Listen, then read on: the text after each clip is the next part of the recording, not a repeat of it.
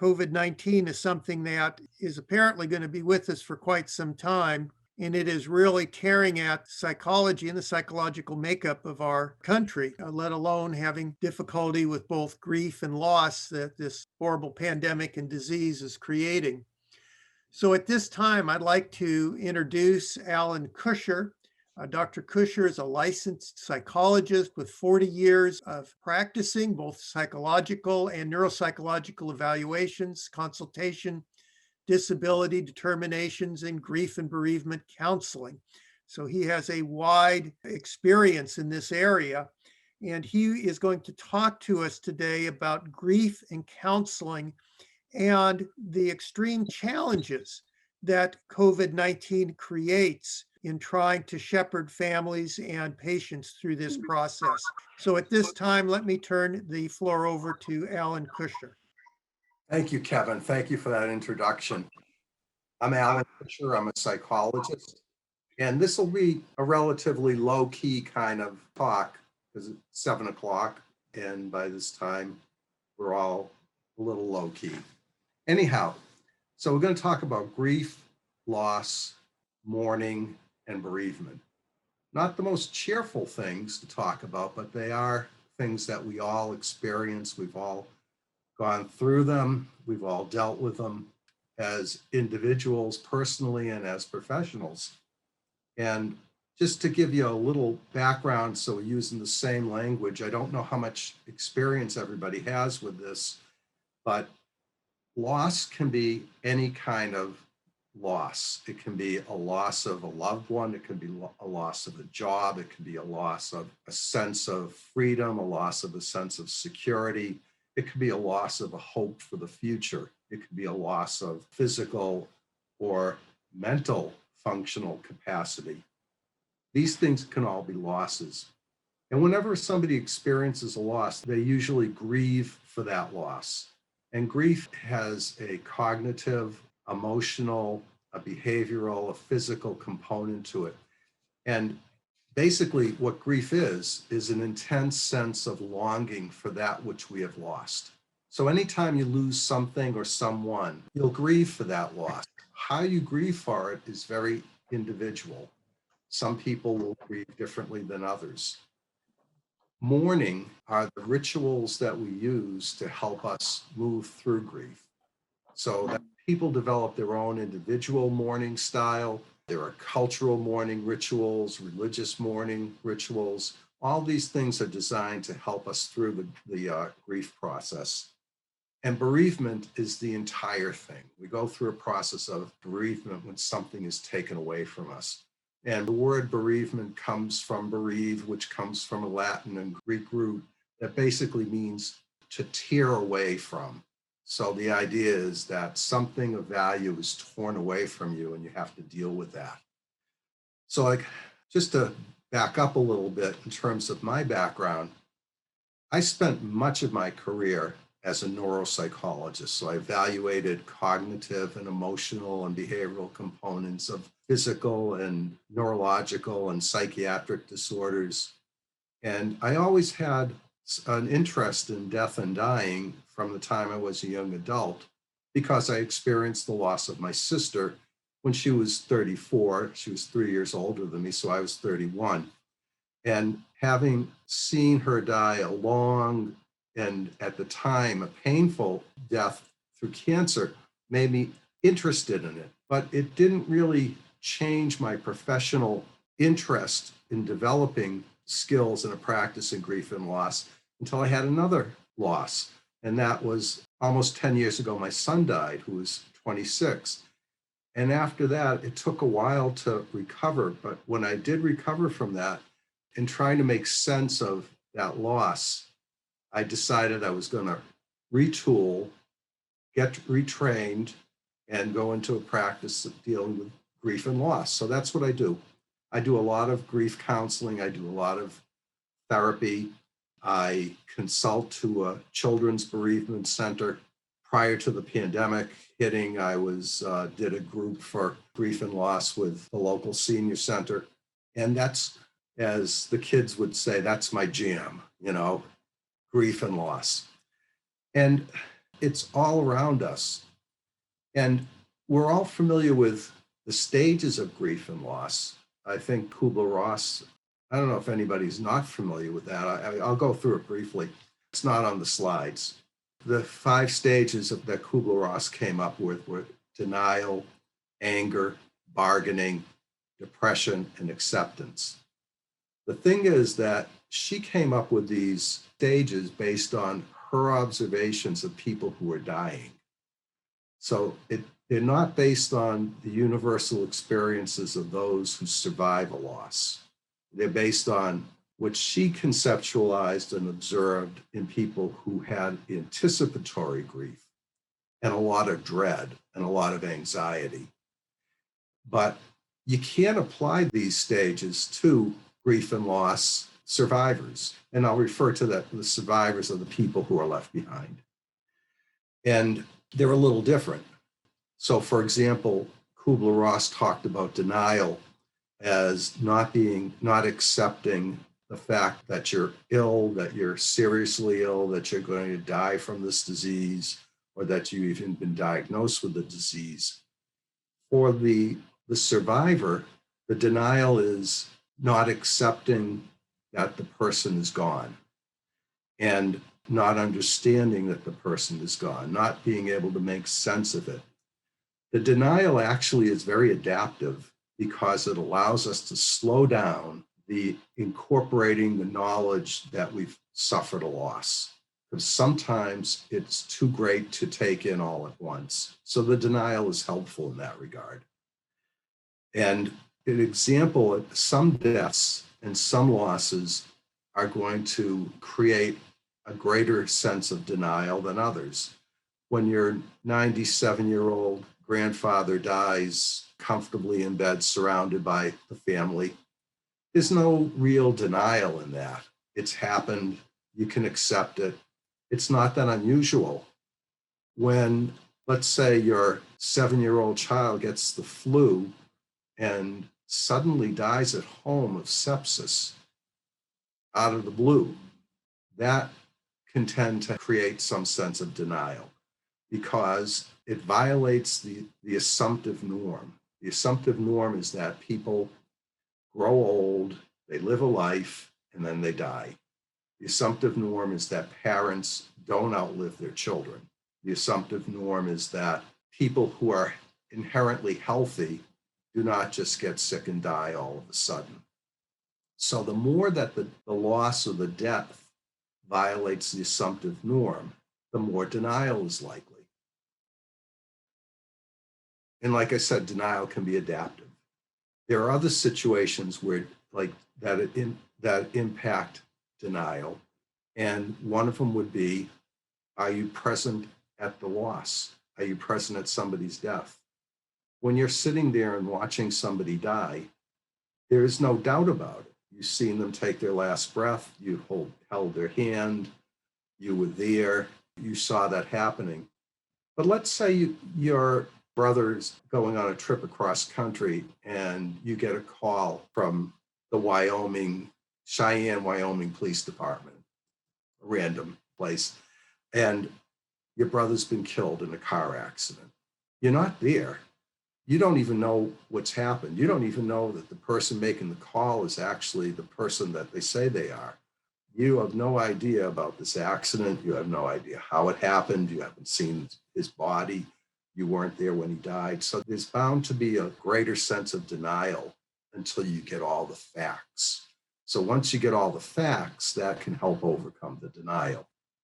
I'm not sure if you can tell where this is going, but if you apply this to what's happening in COVID, a lot of, like early on in COVID, people were being sent to the hospital. They were not as sick when they went into the hospital as they became later, and they eventually died. If you had a relative die of COVID, the last time you saw them, they may have been able to talk to you, they may have been lucid, but they died and you weren't with them. If you were lucky, you had a nurse working with them that got their iPhone out and did FaceTime with you, with your relative, and didn't have a funeral. You didn't have calling hours. You didn't have a wake. you didn't have all the things that help us to confirm that the death occurred. So deaths during COVID are unique, or death during a pandemic is unique. COVID is just another pandemic, in that it detracts from our ability to accept that the death has happened. The other aspect that COVID will affect is that we tend to get comfort from others during the mourning process, and it helps us move along in the mourning process. And when you don't have a funeral, when you don't have the presence of another person, when you can't hug somebody, when you can't sit down close to them and talk, when you don't share food or drink with them, all the things that are common after a death, you lose the ability to be comforted by those people. And that in itself is a secondary loss. So you lose your relative or friend or family member, and then you lose the comfort that you would ordinarily get by being able to be physically present with them. So I've got off topic, I apologize. But grief is a normal process, but grief can be complicated. And grief can be complicated by factors like the ones I just mentioned. And the way that we move through grief is one of the ways. A number of theorists have developed theories about that, but I like the one by William Worden. He has what's called the tasks of mourning, and accepting the loss, acknowledging the pain of the loss, adjusting to the world without the person that you lost, and then finding an enduring connection to that person and being able to reinvest in a new life direction.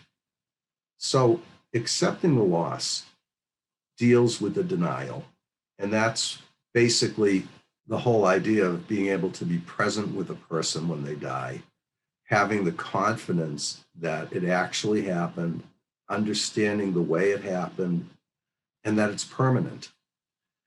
If you've experienced the loss of somebody that really wasn't expected, some people, and it varies in different cultures, they tend to lapse into this sense of it didn't happen.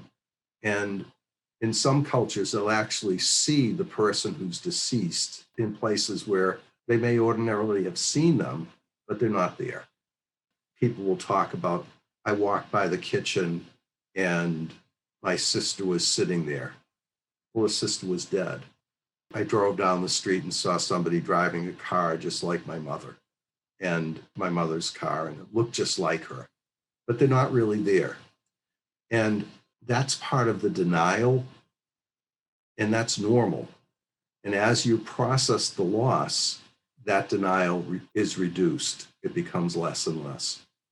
After you can accept the loss, then acknowledging the pain and the emotional pain of the loss becomes very important. And that can cause people to be very, very sad, very, very angry, very guilt-ridden.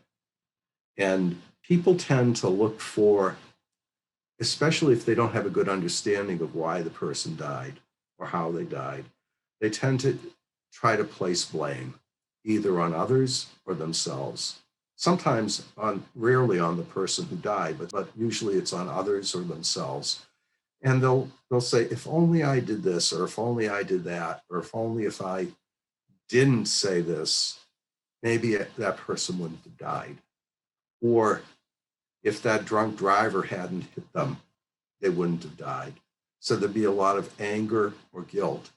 And the anger and guilt is part of the stage of mourning or grief, but it has to be dealt with because it suppresses the actual grief process. Grief is the intense longing for the person that you've lost. And if you're angry at yourself, if you feel guilty, if you're angry at others, it sort of blocks it. And you have to be able to push it aside in order to move forward with processing your grief. Depression occurs when that sadness sets in, you're dealing with that emotional pain, you're coming to grips with it. You may cry, you may have sleepless nights, you may feel overwhelmed, you may not be able to cope very well. And this is probably the hardest part for most people. And what they find is that as people move through the grief process, they spend less time in this kind of sadness, grief-related sadness and depression, and more time in their everyday activities. The only problem is that depression and sadness can be triggered by all sorts of things in the environment or in your head. For example, you walk by a picture of the person that you lost. You hear a song that reminds you of that person. You see a movie that you watched with that person. Those things are triggers. And we don't have good control of those triggers because they're occurring all around us. But what you can do is you can gain some control by doing what they call dosing. So you actually set up a time period during the day when you're going to just think about the person you lost. You're going to let yourself really get into the sadness, really get into the grief. And then you're going to try to move on to something else. Initially, it doesn't really do that much, but after a while, you're able to compartmentalize or dose the grief. And so like you're doing enough of it during a time that you've set aside so that it doesn't impose upon you at other times. And then finally, acceptance. Acceptance is adjusting to the world without the person that you lost. You never get over it. And anybody who tells you to get over a loss of a loved one or somebody important to you, it probably is going to make you feel bad because you don't get over it. What you do is you learn to live with it. If you think about grief as a hole, an open wound, and that wound is always going to be there. It's just going to start scarring over. And every time you have one of these triggering events, it opens again. But gradually over time, that wound scars over a bit and life grows around it. So the grief is always there. But as you move forward with life. Life grows around it, and you incorporate your feelings about the person that you lost into your life, and you develop a new relationship. And people will typically be very doubtful when I say you want to develop a continuing relationship with your loved one. And they say, well, they're dead. Well, of course they're dead. But you have memories. They had values. They taught you things. And if you can become consciously aware of the things that they taught you, the values that they had that you want to continue, you can develop an ongoing relationship with them. People talk to their dead relatives. It's not unusual. It's not crazy. It's best done alone, but it's not crazy. And that ability to incorporate that relationship into your everyday life allows you to go forward.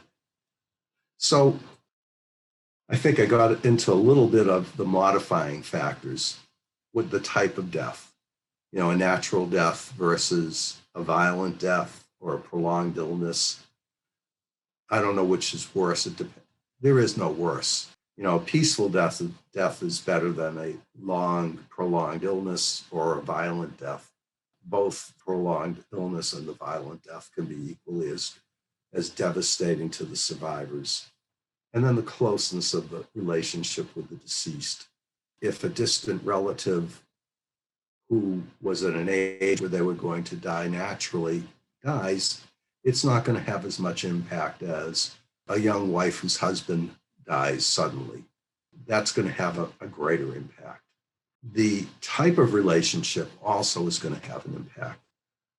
I think we all have heard about people who tend to put the deceased on a pedestal, and that does happen. But in reality, most people have conflicted relationships with the people that are important to them. And when those people die, they often die before those conflicts get resolved. So there can be a lot of ambivalent feelings about the deceased. And the more complex or complicated the relationship, the more complicated the grief is going to be, because we tend to not want to own those negative feelings about somebody who's died. And when that gets to be too great, those are the people that can benefit from some counseling. And then the degree to which the death conforms or violates the assumptive norm is an important factor. Crime victims, deaths among young adults or children. There are actually organizations for people, for different groups. In my work, working in a children's bereavement center, I became aware of a national organization for the parents of murdered children. You think it's a really small group, and it's unfortunately not. And people who lose a loved one that is the result of the actions or inactions of somebody else tend to have a real hard time giving up that anger. And that anger can complicate their processing of the grief, and it may not be very well processed, and it may require some counseling. So the impact of the pandemic. Mainly, when I was looking at this initially back in the spring of last year, it was when everybody was in the hospital alone and their families were not allowed in. And that's changed a bit, I think. But we're still dealing with those deaths even today, even though some of them occurred a year ago. My significant other's uncle went into the hospital in March, cardiac procedure, went to rehab, caught COVID, went back to the hospital, went into intensive care, and he's 80 years old and miraculously got to go home, and then he died at home from the complications of COVID. The children have not yet been able to do a real funeral. And I'm not sure if they ever will, because it's so disrupted. And initially I had thought, well, you could sideline your grief and go back to it when the pandemic's over. Maybe we'll have a national day of mourning for COVID-19, but I'm not so sure that's really going to happen. I think there's going to be an awful lot of unresolved grief. And it's going to linger with the adult population probably for the rest of our lives. And we're just going to have to figure out how to deal with that. And the other part of this is that it's not just death that's the loss. There are all the other losses. The losses of kids who lost the ability to go to school, who lost the ability to be with their friends, who lost a year of development. I think there's a national economics corporation that has done a study, and they actually have been able to calculate that most kids who are in remote only education will lose 9 to 12 months of their academic progress, exactly what was lost when they left the classroom, because we were really not prepared to have remote learning. And it's not a good substitute. Maybe next pandemic we'll know better, but this time it wasn't a good substitute. And those kids who got only remote learning are a year behind. They've also lost the milestones. The kids who lost the prom, they lost the graduation, or the kids who are athletes and lost the ability to get a scholarship to college and otherwise would not have been able to get a scholarship to college. Those are major losses. The losses of a job, the loss of income, the loss of a home, the loss of a sense of security, the loss of a sense of normalcy, all those things were lost. And I think that that's going to be a tail that's going to, or a shadow that's going to be with us for a long time to come. And long after we've worked out the immunity factor, the vaccines, the treatments, and have them under control, we're still going to be dealing with the mental health issues because those haven't been resolved. And in addition to the people, everybody who's been affected by this, you have the healthcare workers. And I think talking to people who have been working through the pandemic. A year ago, they were hailed as heroes. People would applaud when they saw, a first responder or a nurse or a doctor or a nursing assistant or anybody in the medical profession, because they were heroes. They're still heroes. They're just not treated like heroes today because we've gotten numb. And that's a loss to those people, and it's causing burnout. Here in Massachusetts, in Worcester, we have a strike. The Mass Nurses Association, MNA, is involved with that. And part of the reason for that is that there's a lack of support because we've gotten numb. This has gone on too long. So we'll be dealing with that for a long time as well. So how do you, what do you say to people, when you're dealing with people who are grieving? There's really not a lot to say. You can't really say, I know what you feel. I know how you're feeling. I know what you're going through. Because even though when I work with people who are bereaved, I've experienced the worst kind of bereavement, but I don't know what they're going through. It's very personal. And one of the things you can say is, I don't know what to say. I'm sorry. Or tell me about your loved one. Those are the things that are going to matter the most. The things that you don't want to say is, you'll get over it. You'll have another child. They're in a better place now. Because those aren't really that comforting. In terms of the last one, they're in a better place now. It depends on what a person's belief system is. So you don't want to say, I know what you're going through. You also don't want to say, haven't you been doing this for a while? Don't you think you should be getting back to living? Because grief follows its own timeline in everybody. And there is no time limit on it. Depending upon the relationship, the closeness, the type of the death, all these things about the whether or not it violated the assumptive norm. Some grief is going to be very significant for the rest of the griever's life. Some people are able to incorporate it into their lives and move on. But we don't want to say it's time to get over it. And resources, there are resources here. There's the one in-person resources is specific to Massachusetts, the Boston Medical Center, but all the others are online resources. And most places are offering online support at this point. So you can I could send somebody to a grief support group in New Jersey and they can use that because it's on Zoom. Whereas in the past, they would never have been able to, and they would have had to have found an in-person group. I'll stop now and take questions.